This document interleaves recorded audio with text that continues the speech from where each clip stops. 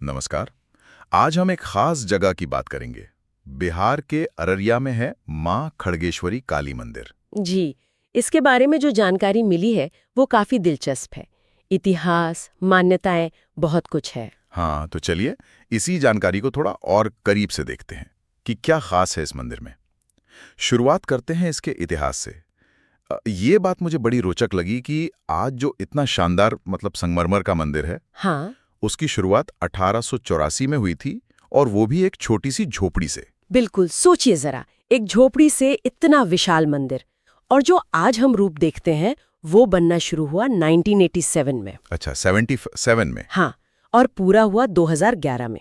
काफी समय लगा, और इसमें मकराना का जो सफेद संगमरमर लगा है वो तो खैर कमाल का है। और ऊंचाई, उसका भी जिक्र है। 152 फीट ऊंचा गुंबद। जी हाँ, 152 फीट। और इसी वजह से जानकारी के हिसाब से ये दुनिया का सबसे ऊंचा काली मंदिर कहलाता है। ये तो वाकई में बहुत बड़ी बात है। पर यह भव्यता सिर्फ ऊंचाई की नहीं है, इसके पीछे की मेहनत वो भी जानने लायक है। सही कहा। ये सब ऐसे ही नहीं हुआ। कहते हैं कि मंदिर के जो मुख्य पुजारी हैं सरोजानंद दीक्षित जी। जिन्हें लोग नानू बाबा कहते हैं। हाँ। हाँ, बिल्कुल, नानू बाबा।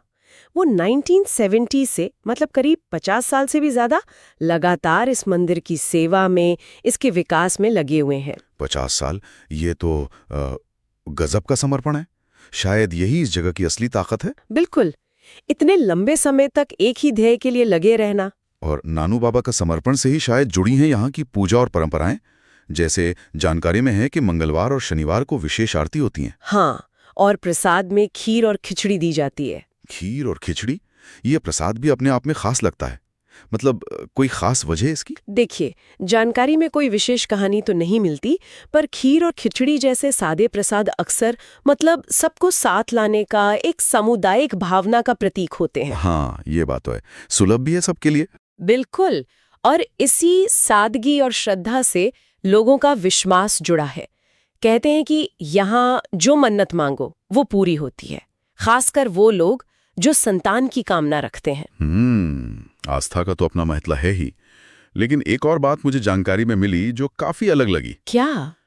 यहाँ कुत्तों और पक्षियों को भी रोज खाना खिलाने की परंपरा है। मंदिरों में आमतौर पर ऐसा कम ही दिखता है ना? हाँ, ये वाकई बहुत खास बात है।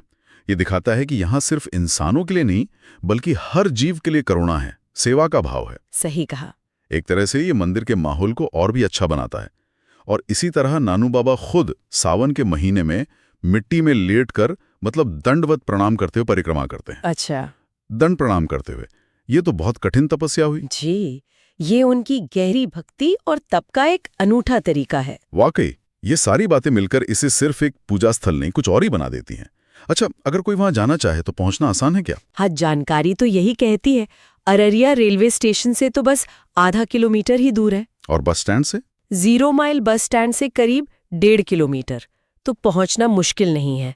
और आसपास जरूरत की चीजें जैसे पूजा सामग्री की दुकानें, होटल, वो सब भी मिल जाते हैं। ठीक है। और जाने के लिए कोई खास समय बेहतर रहता है? हाँ, अक्टूबर से दिसंबर के बीच का समय अच्छा माना जाता है। तब मौसम थोड़ा ठीक रहता है, सुहावना सा। अच्छा। और मंदिर में जाने के कुछ नियम वगैरह भी होंगे? जी बिल्कुल, साफ सफाई का ध्यान रखने पर जोर दिया गया है। जैसे नहाकर साफ कपड़े पहनकर जाना, और गुटखा, तंबाकू वगैरह इन सब चीजों की मनाही है। हाँ, ये तो जरूरी भी है।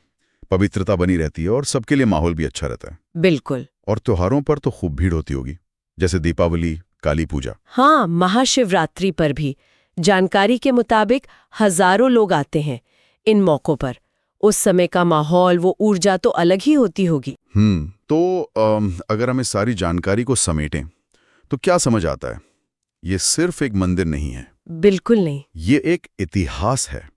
एक झोपड़ी से शुरू होकर दुनिया के सबसे ऊंचे काली मंदिर तक का सफर। और इसमें नानू बाबा का दशकों का समर्पण झलकता है। हाँ, और लाखों लोगों की आस्था का केंद्र भी है ये, जहां मन्नतें मांगी जाती हैं और पूरी भी होती हैं लोगों के विश्वास के अनुसार। फिर वो खीर खिचड़ी का प्रसाद, जानवरों की सेवा, दंड प्रणाम, परिक्रमा, ये सब इसे एक अलग पहचान देते हैं। सही कहा। और ये सब देखकर एक सवाल मन में आता है कि कैसे एक इंसान का पक्का इरादा, उसका समर्पण और साथ में पूरे समुदाय की आस्था, हाँ। ये सब मिलकर सिर्फ एक धार्मिक जगह ही नहीं बनाते, बल्कि एक ऐसी सांस्कृतिक विरासत खड़ी कर देते हैं जो वक्त के साथ और मजबूत और प्रभावशाली होती जाती है। बिल्कुल, ये आस्था और संकल्प की शक्ति का एक जीता जागता प्रमाण है ना। हाँ बिल्कुल, सोचने वाली बात है ये।